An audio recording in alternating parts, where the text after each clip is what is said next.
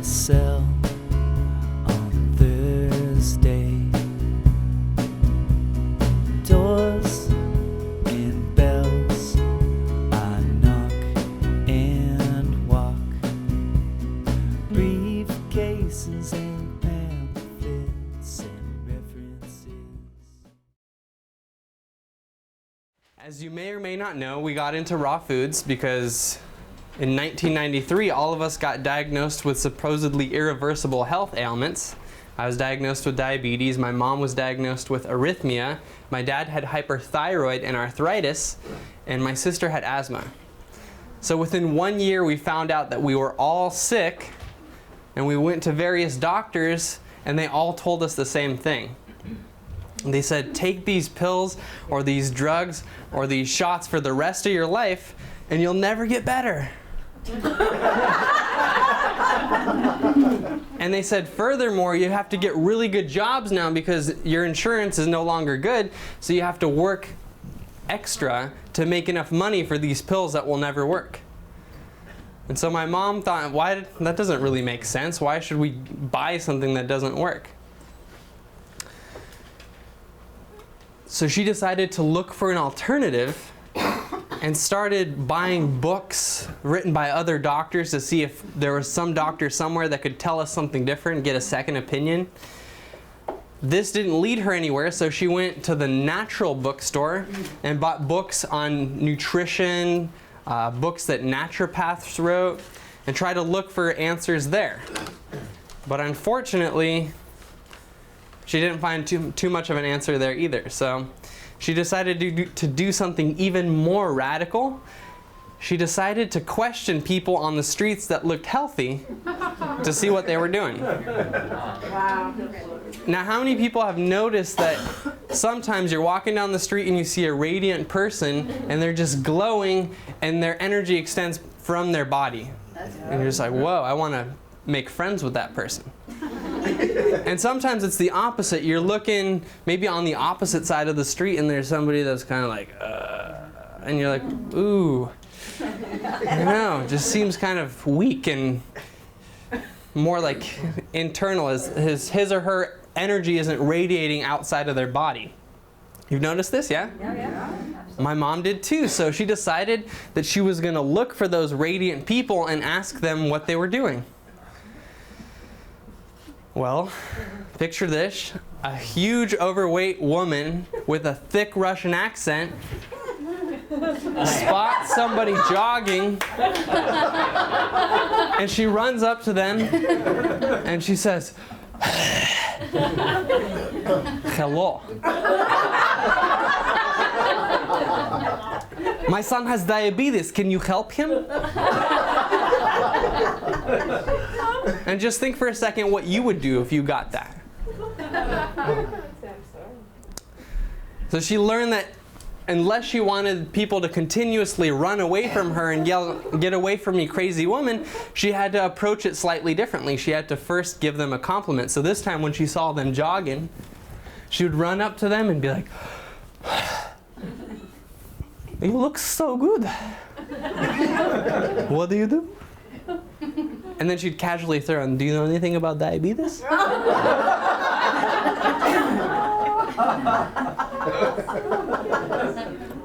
And so in this manner, she met a lady in a bank line who looked extremely radiant, who ended up telling her about raw food. And this lady came over, educated my mom about raw food and about enzymes. And I won't go too much into that because there's a lot of information out there already on it.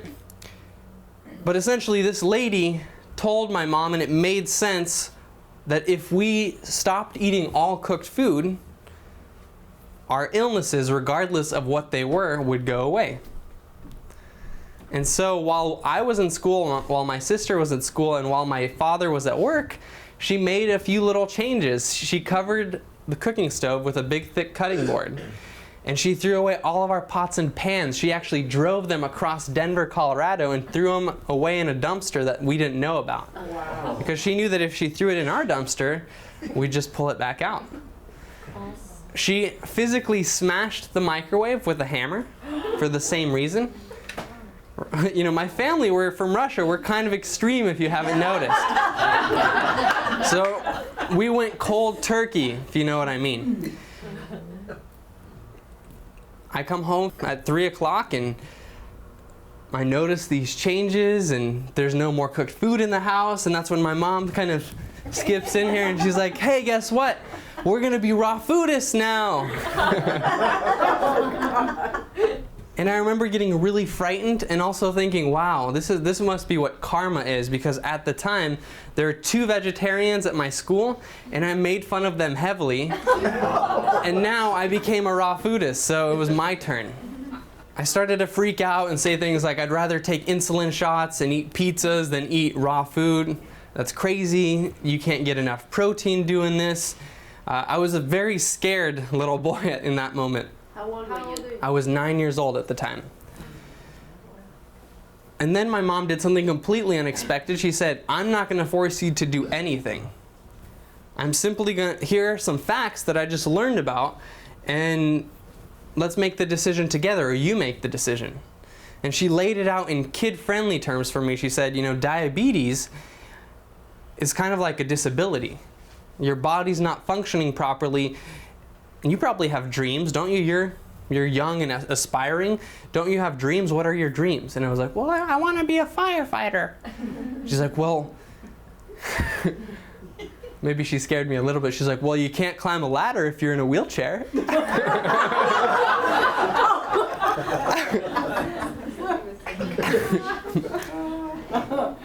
And she laid it out in a way that started to make sense, and I said, okay, well, let's try it for a little while, like a month, and see what happens, because it's not so much it's not so much fun running to the bathroom all the time, right, when you have diabetes. So we did it together as a family, and within 1 month, we started noticing a significant difference. Like my blood sugar was going down, and as a result, the sugar wasn't accumulating in my blood, and I didn't always have to go pee all the time, right, to try and eliminate that excess sugar. And my dad stopped shaking from his hyperthyroid, and his eyes got a little bit smaller, so I was less fearful of my father. And my mom started losing weight, and my sister stopped coughing from asthma, and we thought, wow, this must be coincidence. Let's do it for another month. And after 2 months, we decided to go for 3 months. And after 3 months, we thought, okay, well, let's do 6 just to be certain. And we felt so good after 6 months that we went to our old doctors and we said, what's going on? Our symptoms are going away. Is this just a placebo? And our doctor did all the analysis and said, you know, you seem to be reversing your symptoms. What are you doing? And we told him that we were eating this raw food and it was pretty delicious, and we're getting to the point where we were actually getting kind of gourmet about it. And it wasn't just rabbit food like carrot sticks and celery anymore. And he said, that's crazy. All these health benefits have nothing to do with the way that you're eating. Furthermore, if you, and he looked at my parents and said, if you don't start giving your child insulin, I'm going to call social services on you. And then he said, well, you know, your visit's $1,500. So we decided never to go back to those doctors ever again. My mom grabbed us by the hand. We ran out of there. On a side note, we did get a few visits from social services. However, we were prepared for the situation. And when the lady asked us, hey kids, have you had dinner today? And what did you have for dinner? My mom taught us to say that we had just come back from McDonald's. And I kid you not, the lady was like, check, this is all good, and she leaves. Wow. But I kind of sometimes wonder, what if we said I ate a beautiful salad with baby greens and some avocados and some onions with a bell pepper? What would have happened to us and to my parents? We started eating raw food. We started getting all these health benefits. We started sharing our story with our neighbors because people at this point were noticing. And our neighbors started telling people about us, so we started going further and further to share our story. And at the time, we had no idea that any other raw foodist existed, so people would come to us and say, hey, if it worked for diabetes, do you think it could work for cancer or for lupus or for anemia? And we didn't know, so we just said, we'll share our story with you, and if it works, please come back and tell us or call us, and we'll start a living database in this way. We went on to write a couple books, which you know about. And then after about 7 years of eating raw food, something very peculiar started to happen. This upward spiral of good health, good energy started to plateau a little bit.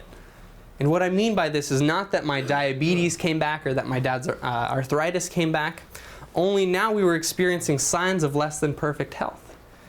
Things like my dad's hair was going gray. A constant hunger that we were all experiencing, the kind of hunger that makes you go to the fridge, look inside, not see what you want, close the door, walk away, come back 5 minutes later. Like, I want something, but I don't know what. Low energy, especially in the afternoons where we would just sit on the couch and be like, oh, I don't want to get up or do anything. Our teeth started getting sensitive. We started getting cavities, which was pretty alarming. So not knowing what else to do, my mom started contacting all the health authorities that we had met or heard about. She started calling people, sending them mail. She started actually physically going to see people like David Wolf and Victoris Kalvinskas and Bernard Jensen and asking them, what is the secret to true health? We've been doing this raw thing and it worked miraculously up until this point. What's going on now? And here's where it gets kind of tricky because nobody had a direct answer for us. Some people said, well, it's quite easy. You have to just eat more goji berries and you'll get healthier. Some people said you have to exercise more and you'll get healthier.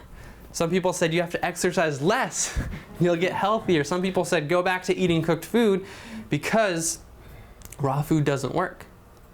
So again, my mom took it upon herself to do the research to figure out what it was that we were missing, because she figured that if we had symptoms of less than perfect health, we must be deficient in something.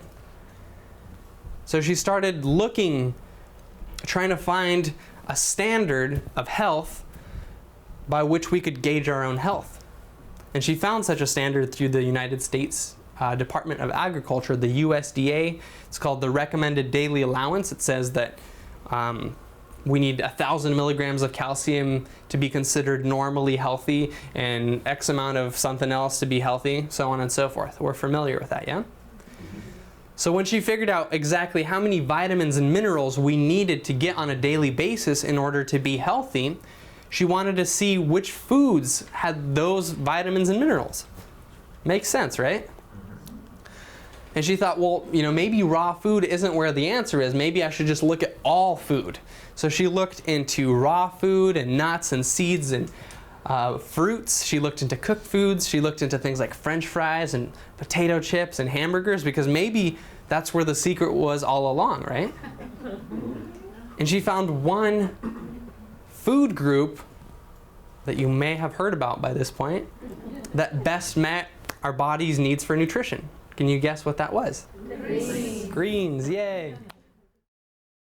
And so I have some charts to show. Most of these are in Green for Life. So if you can't see them, or if you can't see them, refer to your books and they're in there.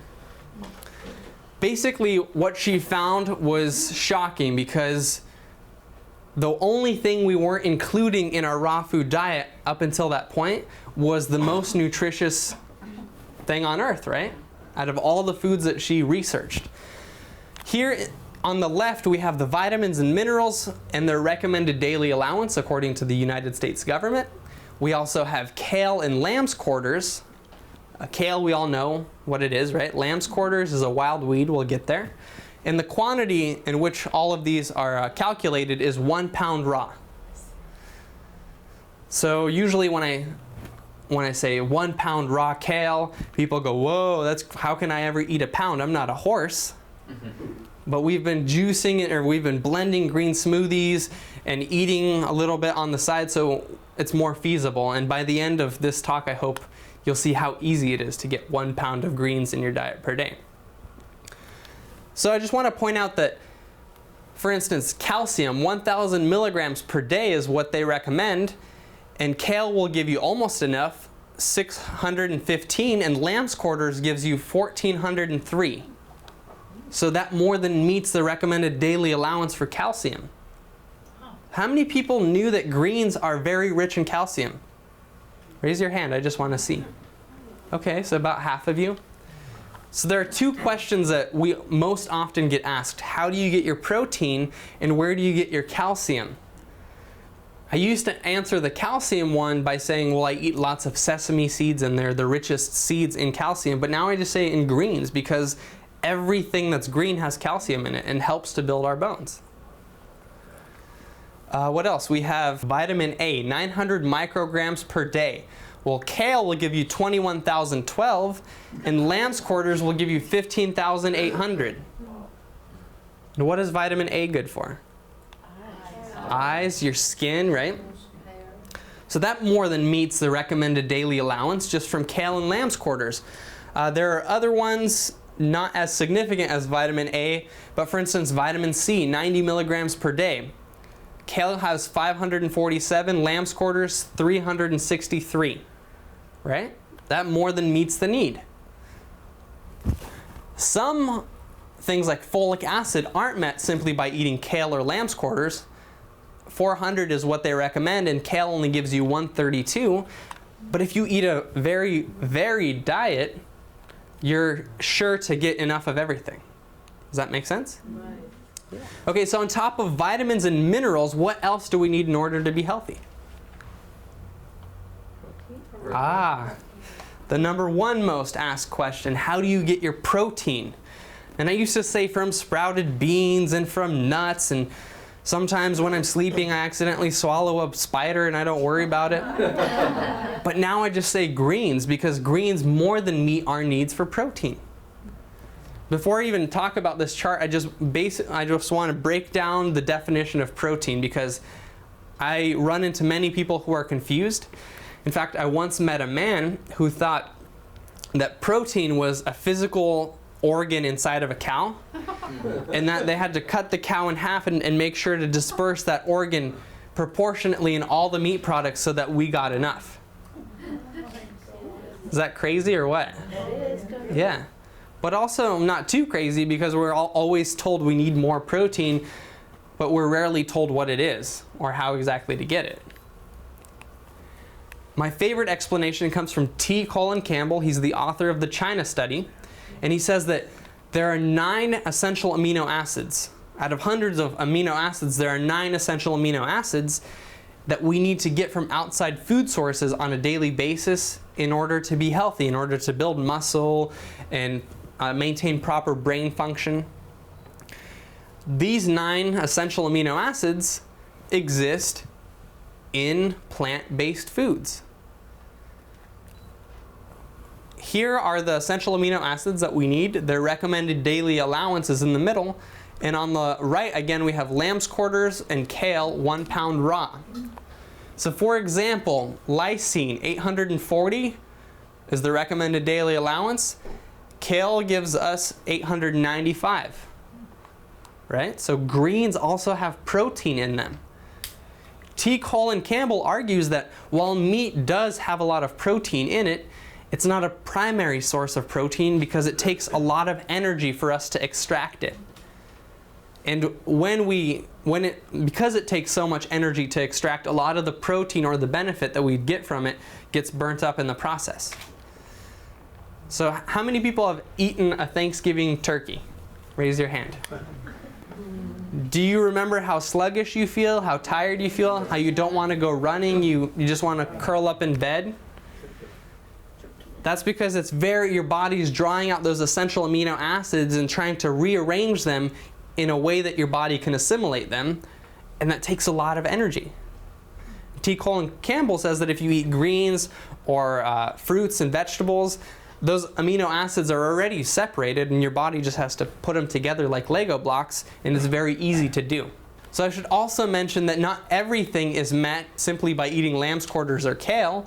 Like histidine, for instance, 560 is what they recommend, and lamb's quarters only gives you 313, while kale gives you 527. Again, if you eat a varied diet of greens, you're sure to get enough of everything. Interestingly enough, when we looked into the protein requirements of Europeans, we found that Europeans need half the protein we do. What's up with that? They need half? They need half the protein that they tell Americans, us, that we need. So eat more greens Because and we less don't meat? need that much. Are Europeans that much different than we are? No. No, they both have 2 legs and 2 arms and hair. So why do they need half the protein that we do? Because our own, No, it's because, in America, they think that people need that much. They think? I think it's because in America the beef industry is a business. And just like the movie we watched yesterday, how the best way to sell more product is to tell people you need this. So you need more protein, and then we go to the store and we buy meat. Right? And they educate us from a very early age in school that we can only get protein from meat, and then by the time we're adults and have jobs, that's what we buy. And there are several raw food authors, I think T. Colin Campbell is one of them, who says that it's actually quite dangerous to get too much protein all the time. We can do with eating less. So greens meet more than meet our need for vitamins, minerals, and proteins. When my mom started researching this and finding this out, she got really excited. She was starting to understand what we were missing in our diet.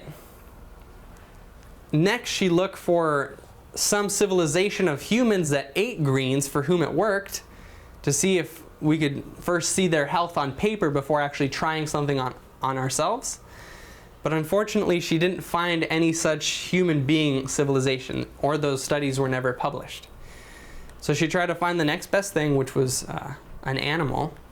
Can anybody guess which animal? Chimpanzees. How many people have read Green for Life? Yes. So chimpanzees and humans share 99.6% of the same genes. And I'm not by any means saying that we evolved from chimps or anything like that. I'm not making those claims.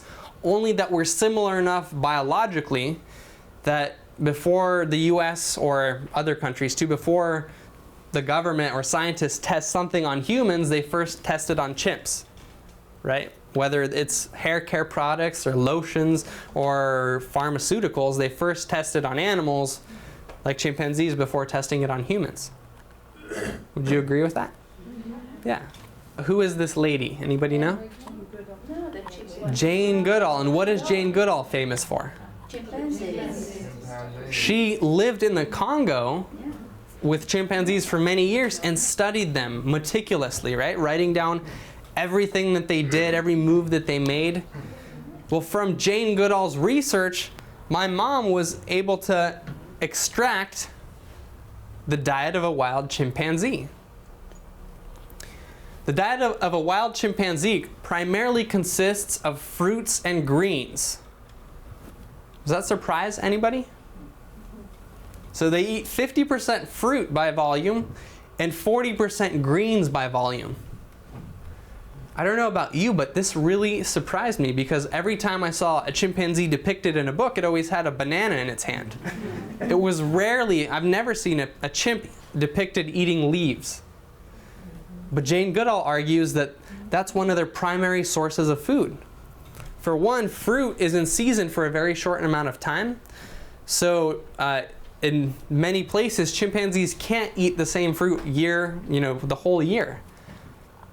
Whereas greens, the color green, the second most prevalent color on the earth, is around year-round, right? Especially in the tropics. So chimpanzees primarily eat fruits and they eat greens. Jane Goodall also says that their favorite combination is to take fruits and wrap them in greens and then chomp down on them. So when you're at home or maybe at the end of this retreat, we'll actually make gorilla rolls together. And what this is we take some kind of lettuce or green and we roll fruit into it, like a banana, and we chomp on that, and it's very delicious. The remaining 10% of their diet consists of things like pith, bark, seeds, insects, sometimes small little critters, but primarily they eat fruit and greens. And why is this so important? Well, because in nature, chimpanzees never get diabetes, they never get cancer, they never get arthritis. They live to a ripe old age according to chimp standards, and then they die painlessly. Unless they get mauled by a tiger, then it's very painful. So once again, chimps eat like this. They never get sick with any health ailments. So my mom decided, I wonder if we, for a change, took something the chimps were doing and tested it on humans. What would that do? Because if you look at the standard American diet, you'll see that the colors are pretty drastically different. This blue represents the cooked carbohydrates, the rice, the wheat, the bread, everything that's cheap, easy to prepare, and yet very filling, but pretty hollow in terms of nutrition. And that represents 60 or more % of our diet. Then another big chunk is animal foods, not just meat products, things like dairy, butter, eggs, oils and nuts, fruits and vegetables, particularly in the summer months. Most of us eat more of those. And this tiny little sliver, which maybe some of you in the back are having a hard time seeing, is that substance which is most nutrient rich. Isn't that interesting? And just for a comparison, we decided to look at the typical raw foodist diet because we also knew that we were doing something that we could improve on what we were doing, right? Because we had those symptoms of less than perfect health. So we started passing out surveys to people who had been eating raw food for 6 months or longer. And once we compiled a couple thousand of those, we decided, or we got this chart. So this is the diet of a typical raw foodist. Approximately 50% of that diet consists of fruit. And why is it that we like fruit so much? Sweet. It's sweet, number one. Is there any other reasons? Easy to digest. Easy to digest. It goes through quickly. It's filling, some of us say, yeah? Fast food, simple, easy to get. Fast food, simple, easy to get, easy to chew, right? Very colorful, very appealing, socially acceptable. Yeah. That's good. So if you don't know what I mean by socially acceptable, try this experiment. Take a mango or an apple to work and see what happens when you eat it in front of your coworkers. And the next day, take a bunch of spinach to work and see what happens when you eat it in front of your coworkers. Greens are bitter, they're hard to chew. We're not accustomed to seeing people eat greens. We're not accustomed to eating greens. So we all know that greens are healthy from us. Even before you heard this talk or read the book, I would be willing to bet that somewhere somebody said, eat your greens to you, right? And for some reason, years later, we're sitting here and we're learning that we should be eating our greens, right? Raw foodists start to eat more greens. They start looking in the right direction. They also eat a lot of vegetables. They eat tons of nuts, seeds, avocados, and oils. And this is okay when you're transitioning because you're trying to match the calories that you were getting from your cooked food lifestyle. So you're building things that are gourmet with nuts. You're making cakes and torts and pâtés. But in the long run, you'll notice that your body will naturally start craving simpler foods. Vegetables, fruits, and greens. Because digesting lots and pounds of nuts is kind of difficult on our systems. You might have already noticed by now. I used to sit around and eat a whole jar of almond butter and then wonder, why don't I feel so good? It was raw. But it was just too many nuts in one sit-in, yeah. You know, some people say get rid of oils and fats altogether, and I don't agree with that either. I think it's very valuable to have some of those fats in our system, but in smaller quantity. I notice especially when I'm active, when I'm running or mountain climbing or snowboarding, I need some fat in my diet. But if I'm going to be sitting, if I'm going to be driving somewhere and eating out of boredom, like when I drove to LA, I make sure to stock up on lettuce, on greens, because if I'm going to be eating, I might as well be eating something that's not going to make me feel even more sluggish, right? So I make those gorilla wraps that I just told you about and just chomp on those. And the crunchiness helps me be more alert, and it's also, I could keep chewing it for hours and not, you know. So just as a comparison, let's look at all three. Our hypothesis became that the standard American diet leads us to be sick and ill. I think most of us would agree with that. When we switch to a raw food diet, which is more vitamin and nutrient rich, more enzyme rich, it's more alive, we start shedding our health problems and we start feeling better. But perhaps we still had a ways to go. Perhaps this was still just a midpoint. And my mom speculated that we needed to drastically increase the volume of greens we were eating. So to eat 40% greens by volume, she calculated that we needed to eat 1 pound per person per day, which equals roughly 2 bunches of greens, like 2 bunches of kale. She went to the farmer's market. As soon as she found that out, she bought 2 bunches of greens for each of us. And she unhooked the internet and the phone cable and said, your only job for the day is to eat these 2 bunches of greens. And I foolishly thought that this was going to be very simple. It's like, I'm just going to blow through these greens and I'm going to go lay in the sun. But after 3 leaves, I noticed how much harder it was to eat the 4th one and the 5th one. My mom and dad were actually frustrated enough in the back actually talking to the leaves. They were saying, Kale, you're being very difficult. We're trying to get the nutrition that you have in you, but you're giving us heartburn. We're trying to put you down there and you're wanting to come back up. As it turns out, even as raw foodists, our stomach acid was low. Our hydrochloric acid, which helps us to assimilate our vitamins and minerals, was very low in our stomachs. So we were eating this kale but not reaping too much health benefit from it. We went and consulted with one of our naturopathic doctor friends, and we said, what's going on? We're eating this kale. It's supposed to be loaded with minerals and vitamins, and yet our body it wants to come back out. What's happening? And he explained to us that if we don't have adequate amounts of hydrochloric acid in our stomach, we chew our food, it goes down into our stomach, it doesn't dissolve, and because it doesn't dissolve on a molecular level, the nutrients doesn't assimilate. So we're getting very small amount of benefit from it. And we said, how do we increase our hydrochloric acid naturally? And he said, well, this can't be done. You have to take these pills for the rest of your life. You have to get good jobs to pay for the pills. And we thought, We've heard this story before. Well, he said, in order to get the benefit, theoretically, you just have to rupture the cell of the greens and then the nutrients will be released. And in order to do this, you first have to rupture the cellulose, the dense fibrous material that surrounds the cell of a green, then rupture the cell to get to the nutrients. How do wild chimpanzees do this? They chew for 6 hours every day. We didn't have 6 hours to allocate simply to chewing, so we brought the greens home and we shoved them in our Vitamix blender. And the smoothie was born, although our very first smoothie wasn't very tasty because we just blended these greens with water. And when I opened the lid from my blender, it was like Swamp Thing punched me in the face. I was like, whoa, chlorophyll. So we decided to cheat a little bit and throw some fruits in there. And when we did this, we were shocked because the chlorophyll taste was cut by the fruits.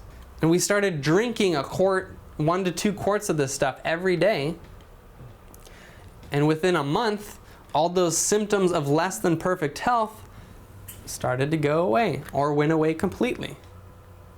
So we started to do this and we've pretty much never stopped. We wake up in the morning and drink some kind of green smoothie, start our day with that. Within that 1 to 2 quarts that you start with in the morning or drink throughout the morning, realistically, it's pretty easy to get half a pound of greens into that. And then if you eat 1 or 2 more salads throughout the day, that puts you right in that 40% greens by volume mark. You're eating that 1 pound of greens per person per day. So my mom actually went on to conduct a study how green smoothies help to increase your hydrochloric acid naturally. She worked with a doctor near where we live, and they found that if you just incorporate green smoothie into your diet, it helps to naturally increase your hydrochloric acid. As a side effect, what we didn't know or what we didn't expect is that if people simply start including green smoothies into their diets, as a side effect, their other health issues start going away. So we found that people who were overweight changed nothing about their diet, started drinking green smoothies, started losing weight, started losing their diabetes. There was one girl in the study who was suicidal and actually became healthier, didn't want to commit suicide anymore. Most everybody who was in it claimed that they were naturally craving healthier foods. And this kind of revolutionized the way that I teach, because I used to come out here and say, raw, raw, raw. Go raw food, take everything out of your diet now and only leave raw fruits and vegetables. And would you guess, out of 100 people, how many people would actually do it? Yeah. 0. Am I that bad of a public speaker? Actually, it was about 2. 2 out of 100. So does that mean that 98 people are bad people? No. Of course not, right? It just proves that it's very difficult to go from what we've been doing our whole lives to drastically change our diets and now go against mainstream, eating fruits and vegetables and nothing else.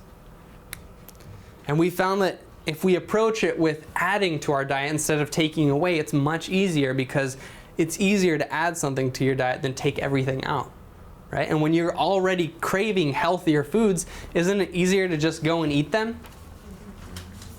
I think so too. I just want to briefly talk about the nutritional benefit of greens versus their roots, because we often forget that we can use things like carrot tops and beet greens in our smoothies. So these charts are also in Green for Life, and it's the nutritional comparison of beets, the roots, versus the greens. And from here on out, I'm just going to say roots and greens. So for example, calcium, there's 16 milligrams in roots, whereas the greens have 117. Potassium, 325 in roots, 762 in the greens. Vitamin A, 33 in the roots, 6,326 in the greens. And if you look at these charts thoroughly, you'll notice that there are only a few areas where the roots exceed the greens, and one of them is sugars, and the other one is calories. So across the board, whether it's parsnips and parsley, carrots or carrot tops, turnips or turnip greens, the greens are most often, more nutritious than the roots. So the next time you're lucky enough to buy beets with greens on them, remember that you don't just throw them away. That's a very valuable part of the plant. So let me ask you a few questions. Why smoothies and not juices? Fiber. Fiber. Why do we need fiber? Absorption. Because it helps to clean our system out, right? It's a very awesome part of what we're eating. We're not against juices at all. We sometimes drink juices. We just like to get the fiber so that we all poop really nicely, right? Because Tanya Zavasta, another raw food author, says that all diseases start in the gut and end in the gut. And we like to have a clean colon. Let's talk about food combining. Have you ever heard that it's not good to combine fruits and vegetables together? So where do green smoothies play into all of that? They're leaves. They're leaves, exactly. So greens are not vegetables. Let's do a little test. I'm going to name off some foods, and you're going to say fruit or vegetable. Banana. Fruit. Mango. Fruit. Tomato. Fruit. Fruit. Bell pepper. Fruit. Cucumber. Fruit. Exactly. Avocado. Fruit. Huh? I go to the vegetable part of the market. So what is a vegetable? Starch, right? If you really look down to the nitty-gritty, it's things that have starch in it. Root vegetables, potato, yam, carrot. Cauliflower and broccoli, they don't necessarily have starch. Some people say they do, some people say they don't, but they're kind of the gray area. We're specifically talking about greens, which are in the blossom and the flower family. They grow above the ground, so things like leaves, things that are malleable, right? Let's name some greens together, just so we're on the same page. Kale. Chard. Arugula. Spinach. Exactly. Totally. Sorrel. So that brings me to my next question. What is better than eating organic greens? Not much. There's something better, in my opinion. Wild edibles, exactly. Why? I made a nice little list. Okay, so the first reason I think that eating wild edibles is more beneficial is because wild edibles are free and very cost effective. When I was in Australia, I saw when I was buying kale for classes to make smoothies, I noticed that the price was very steep. It was about $8 a bunch. So if I'm advocating eating 2 bunches per person per day, that's $16 per person. That's ridiculous, right? Yeah. We all need to become movie stars in order to drink green smoothie. Wild edibles are free and they grow virtually everywhere on this planet. And if you learn where to look, you can eat green smoothies or greens for free. And we can all afford free, right? We'll talk about all of this, and I'll even prove that it's not necessarily inconvenient to go looking for wild edibles. Sometimes you don't have to go very far, and it's sometimes more inconvenient to have to get in your car, drive across town to go to the supermarket. Another reason is because I believe that they're better than organic. I've read that this is true from authors like Janice Shawfield and other wild edible authors. But I've also kind of done my own thinking about the subject, and I've noticed that everything people come in contact with, we tend to decrease its quality. Have you ever noticed this? We see a beautiful lake, we start swimming and boating in it, all of a sudden it's not as beautiful anymore. Wild edibles grow further away from humans, so in my mind it makes sense that if it's further away from civilization, there's no way that it can't be better. Right? It's not in contact with us. We like to destroy things. So wild edibles generally also have longer root systems, which means they could go down, reach down with their roots below the depleted topsoil and draw out vital minerals that our bodies crave. They're also a healthier crop. They're genetically stronger. Have you noticed where you're from that if you don't water your lawn, it will die? But if you forget to water dandelions, they'll still stay green year-round. Is there a secretive person who's running around the neighborhood at night only watering dandelions?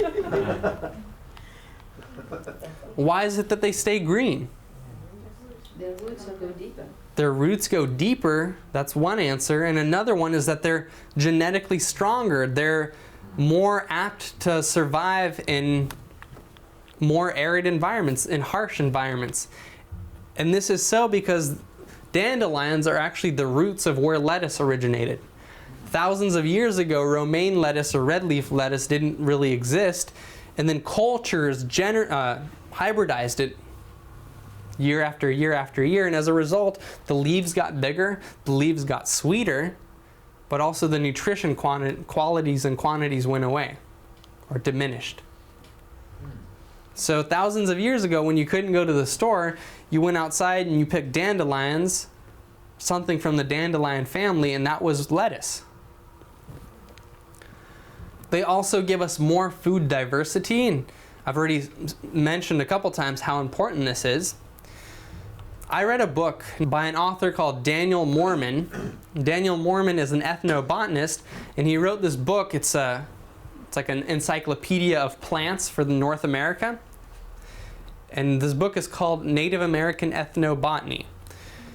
So Moorman categorized all the plants, excluding mushrooms, in North America and found that there's 31,000 plants, give or take a few. It's like 30,983 or something like that.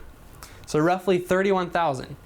And he also looked at different tribes and estimated on average what a typical Native American tribe, how many different plants they consumed in a year hundreds of years back. And guess how many plants they ate on an annual basis or utilized in their diets? 1,882 that they ate directly, and they utilized 2,000 plus for things like garnishes, spices, and medicines. So roughly about 4,000 plants every year they'd get into their diet. Another author that you may have heard of, his name's Michael Pollan. He's written the book Omnivore's Dilemma, Botany of Desire, a couple other ones.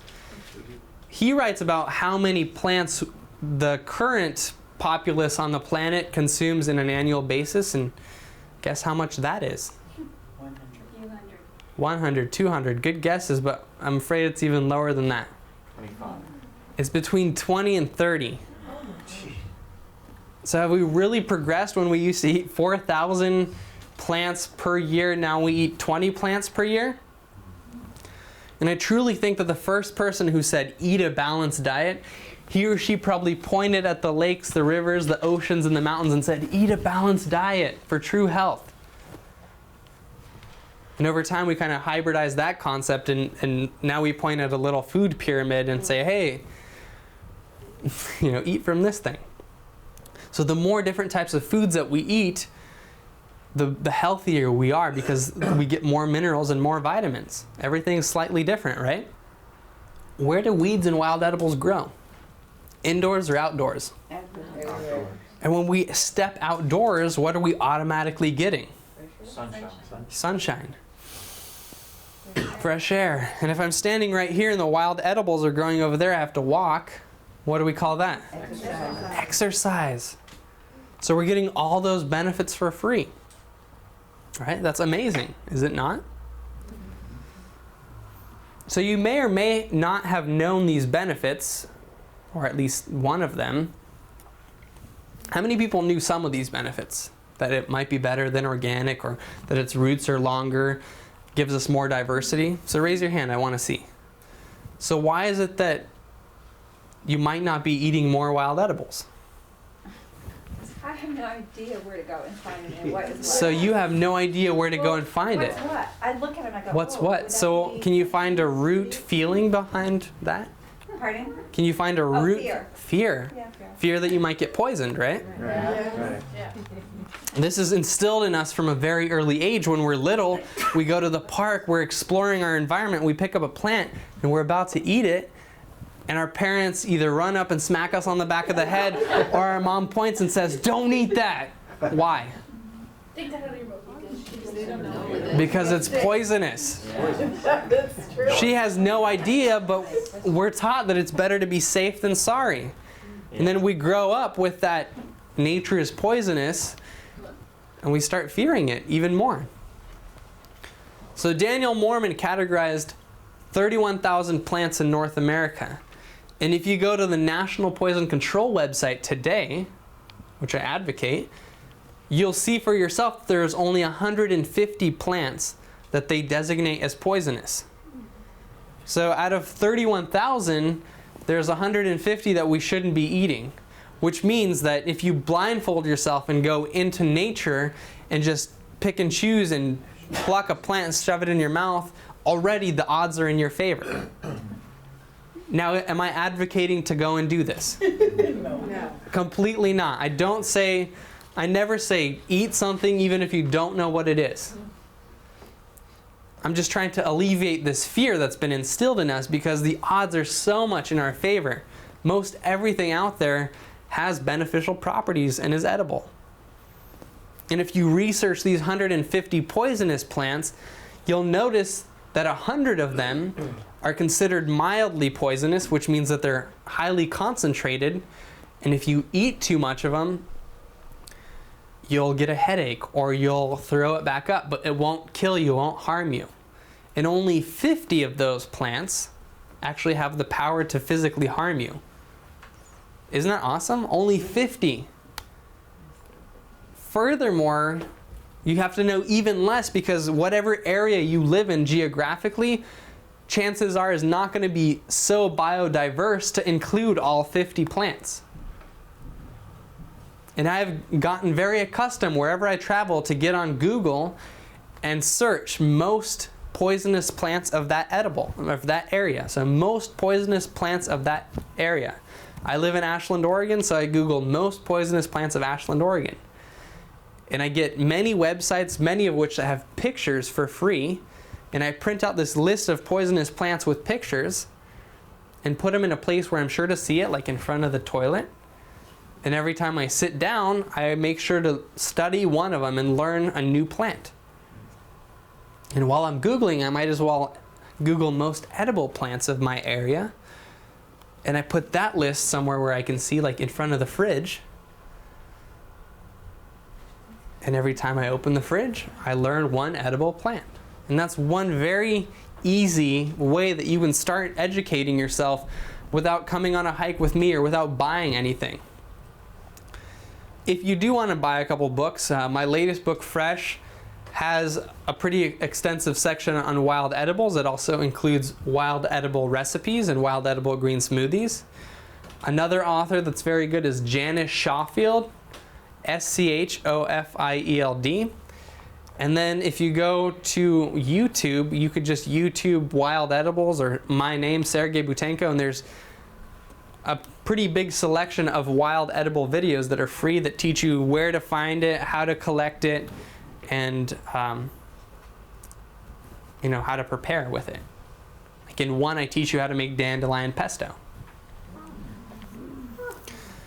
So let's take the time and look at some basic wild edibles. We'll get prepped because tomorrow in the afternoon, or maybe in the morning, I'll think about it and write it on the board. We're actually going to walk across the street. There's a beautiful park, and we're going to look at some wild edibles and actually physically touch them, study them, and harvest some together, and we'll make a smoothie with them for you guys to actually try on the spot. So let's look at some so that we make sure that we're safe tomorrow. So if you know any of these, please yell them out. Is that grass? Grass. Grass? Like grass? Like lawn grass? Like stuff that's all around us?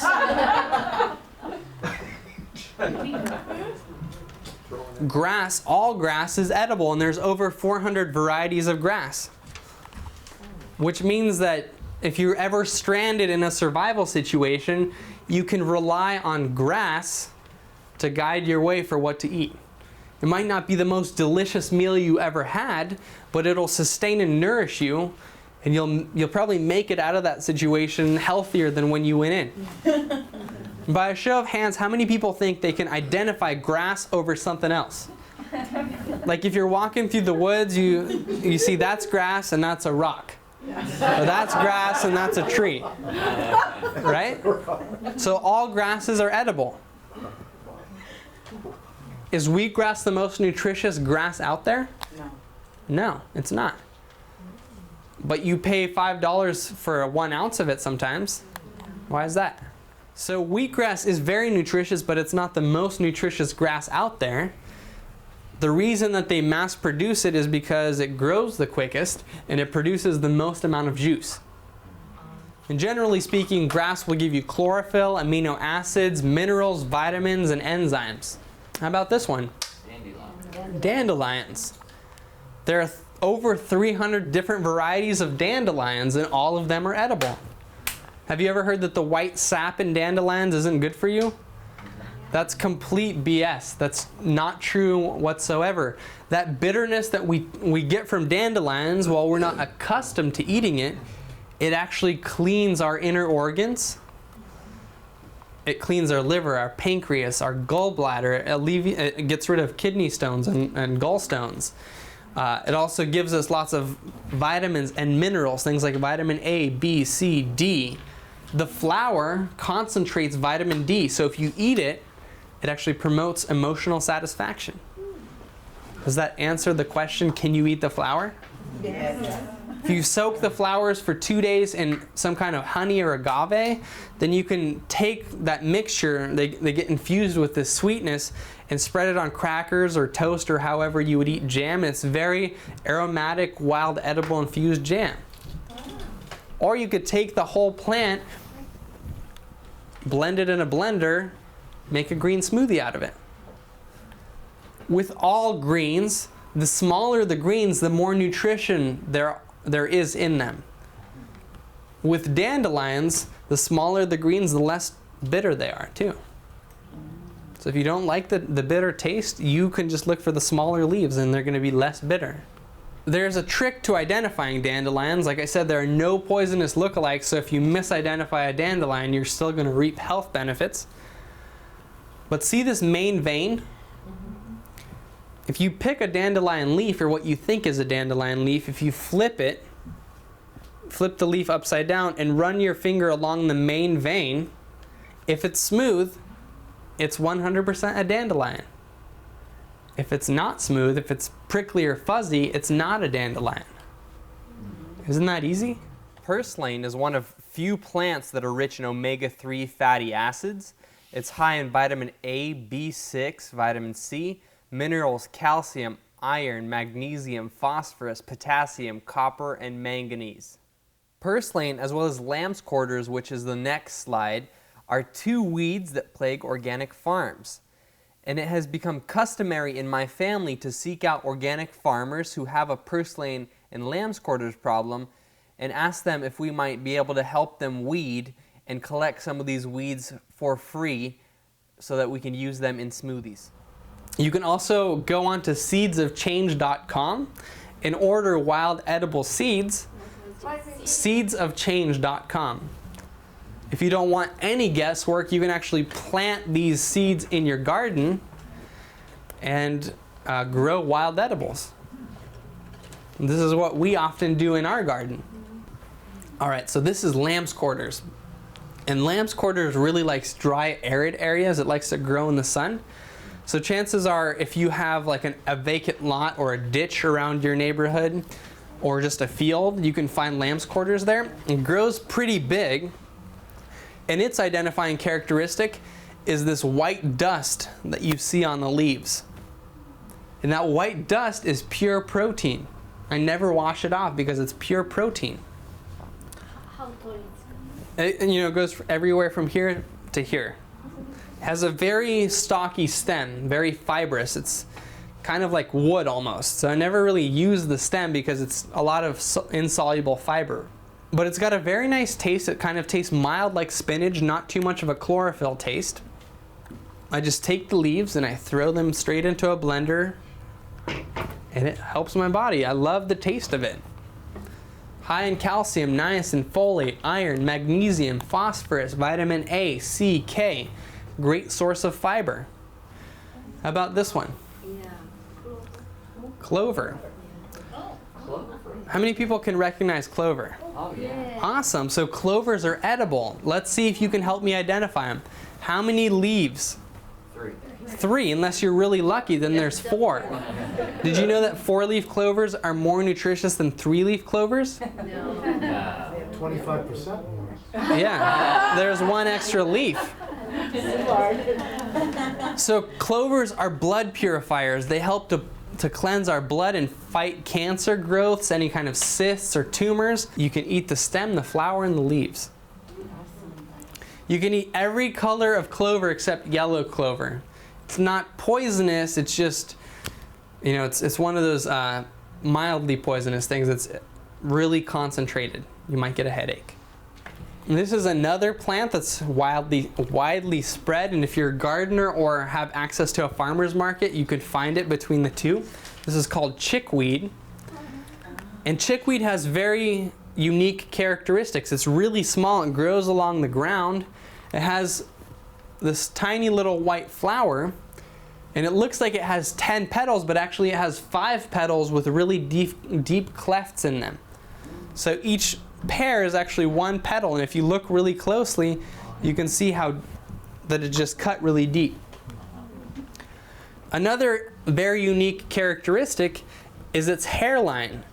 It has these tiny little hairs that grow in between the sections of leaves along the stem, and they actually alternate sides. So they'll be on the right of the stem, and following the next pair of leaves, they'll be on the left, and then the right, the left, the right, the left. Does that make sense? So they grow between the nodes. High in antioxidants, one of the highest wild edibles in antioxidants. Calcium, iron, vitamins A, B, and C. Plantain, this is what psyllium's made from, the husks of plantain seeds. And plantain heals wounds and stings and draws out toxins from our skin. So if you ever get stung or bit by anything, you chew up plantain, you put it onto your skin, and you draw out the poisons in that manner. Every time I get stung by a bee, I do this, and it works like a charm. Some unique identifying characteristics of plantain are the very well-defined veins that you will find on the underbelly of the leaf, as well as the really unique sentinel, the pod that shoots up and holds all of the seeds. And finally, we have stinging nettles, which we've already drank in our smoothies. You know, they say, how do you eat it because it's stinging? Well, we cut it straight into our blender, so we don't even have to handle it, or we use tongs to pick it up. And the miracle behind stinging nettles is actually that the juice of stinging nettles counteracts the sting. It's the antidote. So even if you do get stung, you just juice some or blend some onto your hand and the sting goes away instantly. That's why you can eat all of it. Rich in protein, chlorophyll, vitamins A, C, and D, iron, calcium, and potassium. Yeah? This is like the king of wild edibles, or the queen. Really, really nutritious. As I near the end of my presentation, I would like to share with you one of my biggest concerns. I am most concerned that you stay away from human poisons when venturing out to harvest wild edibles. It is my sincere belief that man-made poisons such as chemicals can be much more detrimental to your health and therefore should be avoided whenever possible. And so to conclude this talk, I just want to talk about that briefly and give you this harvesting quiz. So I'm going to show you these pictures and you're going to say, is it okay to eat? Yes, it is okay to eat from this place, or no, and we're going to discuss why. Golf course. No. So why can't you eat from a golf course? Pesticides. Because it's pesticides, chemicals, fertilizers, right? They're really, really bad. They spray and it's no good. Even if it's an organic golf course, I wouldn't go there. How about a pristine forest environment? Yes. Exactly, especially if you go uphill, you know that there's nothing above it that can be polluting. A pristine forest environment is as good as it gets on this planet. I even take it a step further. Wherever I'm visiting or where I'm from, I call the Forest Service and ask them where they spray, and they're often very helpful. They actually draw on a map where they spray and where they don't. How about an apartment complex? No. What kinds of things might you run into at an apartment complex? Dogs. Pesticides. Herbicides. Fertilizer, exactly. All things you don't want in your diet. How about a roadside, a dirty roadside? Yeah. Car. How about a clean roadside? Yes. Yeah? How about a trick question? So the rule for roadsides is that you have to go 70 or 80 feet to either side of the road and make some distance between you and the road, and then it's considered safe. Wildman Steve Brill, another author, he advocates it is perfectly safe to eat from human environments as long as you make enough distance between the high traffic areas. If you are considering harvesting wild edibles from an urban environment such as your yard or a public park, this can be done safely provided that you don't spray. If you have sprayed your yard, you should wait a minimum of 2 years before harvesting from your yard. And if you want to harvest from a public park, I recommend that you check with your local park officials to make sure that they don't spray. And I recommend that you harvest a little bit off the beaten path. So don't harvest on high traffic pathways. This concludes my presentation. I thank you so much for your patience. And if you would like to learn more, please visit us on the web at www.rawfamily.com.